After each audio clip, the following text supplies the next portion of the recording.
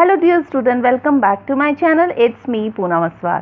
तो आज हम क्वेश्चन आंसर करेंगे स्ट्रक्चर ऑफ एटम के, जो कि पार्ट 2 वीडियो है। इससे पहले आपने मेरी पार्ट 1 वीडियो देख ली होगी, और नहीं देखी होगी तो प्लीज़ उसे प्लेलिस्ट में जाके देख लिए। तो चलिए देखते हैं क्वेश्चन 1 को। पेज नंबर 50 का क्वेश्चन, और क्वेश्चन है right the distribution of electrons in carbon and sodium atoms. यानी कार्बन और सोडियम एटम्स में इलेक्ट्रॉन्स का डिस्ट्रीब्यूशन आपको लिखना है। तो आंसर है the total number of electrons in a carbon atom is 6। जो टोटल नंबर ऑफ इलेक्ट्रॉन होंगे किसमें, कार्बन एटम में, वो कितने होंगे, 6 होंगे। और उसको हम डिस्ट्रीब्यूशन कैसे करेंगे, the distribution of electron in carbon atom is given by. हम उसको कैसे डिस्ट्रीब्यूशन करेंगे वो नीचे दे रखा है। फर्स्ट क्या करेंगे, फर्स्ट ऑर्बिट या के शेल में कितने इलेक्ट्रॉन्स होंगे, 2 इलेक्ट्रॉन्स होंगे। सेकंड ऑर्बिट और या उसको एल शेल भी बोल सकते हैं, उसमें कितने इलेक्ट्रॉन्स होंगे, 4 इलेक्ट्रॉन्स होंगे। तो सो वी कैन राइट, हम क्या लिख सकते हैं, हम ये लिख सकते हैं the distribution of electron in a carbon atom as 2। तो जो डिस्ट्रीब्यूशन होगा इलेक्ट्रॉन्स का कार्बन एटम का, वो कितना होगा, 2 होगा। तो ये बात तो की है अभी हमने कार्बन की। अभी क्वेश्चन में दूसरा क्या पूछा गया था, सोडियम एटम के बारे में भी बोला गया था कि उसका भी डिस्ट्रीब्यूशन करना है। तो चलिए अब सोडियम एटम के बारे में देखते हैं। तो जो सोडियम एटम है उसका डिस्ट्रीब्यूशन करना है। The distribution of electron in sodium atom is given by. जो सोडियम एटम का हम डिस्ट्रीब्यूशन करेंगे वो नीचे दे रखा है। क्या है कि फर्स्ट ऑर्बिट या उसको के शेल भी बोल सकते हैं, उसमें कितने इलेक्ट्रॉन्स होंगे, उसमें 2 इलेक्ट्रॉन्स होंगे। फिर जो सेकेंड ऑर्बिट या जो एल शेल है उसमें कितने इलेक्ट्रॉन्स होंगे, उसमें 8 इलेक्ट्रॉन्स होंगे। और जो थर्ड ऑर्बिट और जिसको हम एम शेल भी बोल सकते हैं, उसमें कितने इलेक्ट्रॉन्स होंगे, उसमें होंगे 1 इलेक्ट्रॉन। तो फिर हम इसको क्या लिख सकते हैं, हम इसको डिस्ट्रीब्यूशन कैसे कर सकते हैं, हम इस डिस्ट्रीब्यूशन कैसे करते हैं, जितने इलेक्ट्रॉन्स होंगे, कैसे 2 8 1। तो यानी हम उसे क्या लिख देंगे, सोडियम एटम के कितने इलेक्ट्रॉन्स होंगे जो हम डिस्ट्रीब्यूशन करके बताएंगे, वो होगा 2 8 या 1। ओके, अभी इसी का पेज नंबर 50 का जो क्वेश्चन नंबर 2 है उसको पूछा गया है if K and L shell of an atom are full, then what would be the total number of electrons in the atom। यानी K और L शेल फुल है तो उस पर्टिकुलर एटम में टोटल नंबर ऑफ एटम कितने होंगे आपको ये बताना है।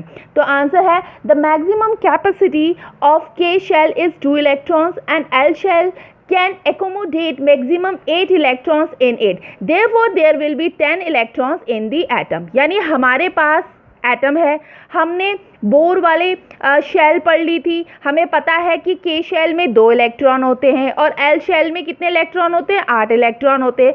तो हमें कैपेसिटी पता है क्या कि के शेल और एल शेल की। तो हम टोटल नंबर ऑफ एटम निकालेंगे, इनको प्लस करेंगे, क्या 2 को और 8 को हम दोनों को प्लस करेंगे तो क्या हो जाएगा, 10 इलेक्ट्रॉन हो जाएगा। यानी जो टोटल नंबर ऑफ एटम्स होगा वो टोटल नंबर ऑफ एटम कितना होगा, वो होगा 10 इलेक्ट्रॉन्स। ओके, तो ये था इसका आंसर क्वेश्चन नंबर 2 का। अब नेक्स्ट क्वेश्चन है। नेक्स्ट क्वेश्चन क्या है, पेज नंबर 52 का।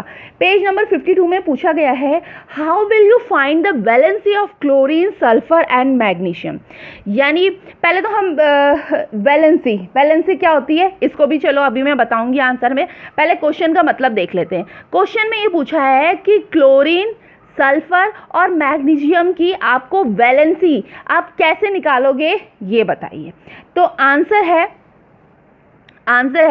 if the number of electrons in the outermost shell of the atom of an element is less than or equal to 4, then the valency of the element is equal to the number of electrons in the outermost shell।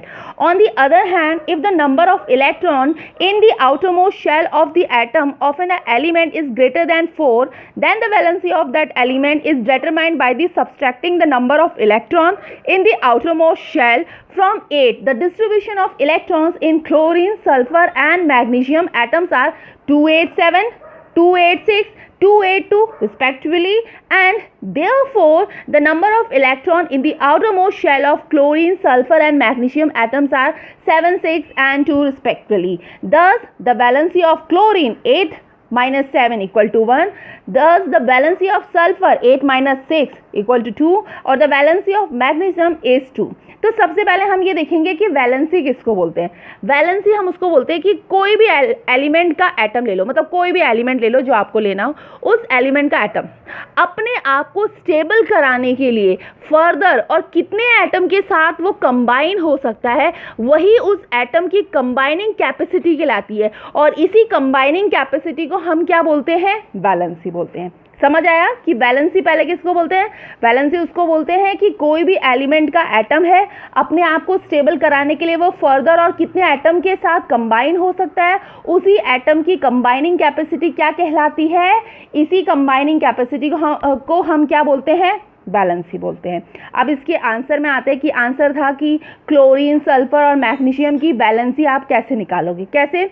जैसे कोई भी element के atom के outer most shell में electron की संख्या 4 से कम है या उसके बराबर है, तो एलिमेंट की वैलेंसी आउटर मोस्ट शेल में इलेक्ट्रॉन की संख्या के बराबर होती है। और वहीं दूसरी तरफ यानी ऑन द अदर हैंड, यदि किसी एलिमेंट के एटम के आउटर मोस्ट शेल में इलेक्ट्रॉन की संख्या 4 से अधिक है यानी 4 से ज़्यादा है, तो उस एलिमेंट की वैलेंसी आउटर मोस्ट शेल में इलेक्ट्रॉन की संख्या से क्या हो जाएगी? हम उसको 8 से सब्सट्रैक्ट कर देंगे। इसीलिए हमने लिखा है कि valency of chlorine 8 minus 7 equal to 1, यानी ये किसकी निकली? क्लोरीन की निकली। अब है वैलेंसी ऑफ सल्फर जो कि क्या है? 8 माइनस 6, यानी वो कितना हुआ? 2। यानी हम क्या बोला था मैंने कि 8 से क्या कर देंगे? 8 से माइनस कर देंगे, तो आंसर क्या आ जाएगा? 2।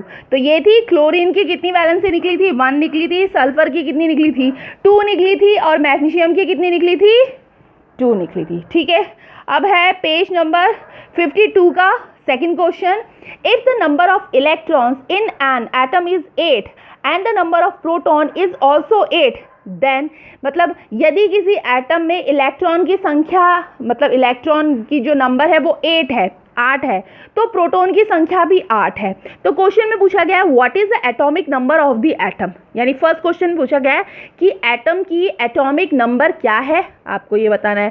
सेकंड में पूछा गया what is the charge on the atom, charge of atom कितना होगा, आपको ये भी बताना है। तो पहले हम फर्स्ट क्वेश्चन का आंसर पढ़ेंगे कि what is the atomic number of atom. क्या है आंसर? है the atomic number is equal to the number of protons, therefore the atomic number of the atom is 8, यानी एटॉमिक नंबर ऑफ प्रोटॉन के बराबर है, यानी एटॉमिक नंबर भी 8 है और नंबर ऑफ प्रोटॉन भी 8 है यानी 8 है, वो दोनों के दोनों बराबर है, इसीलिए एटम की एटॉमिक नंबर क्या होगी?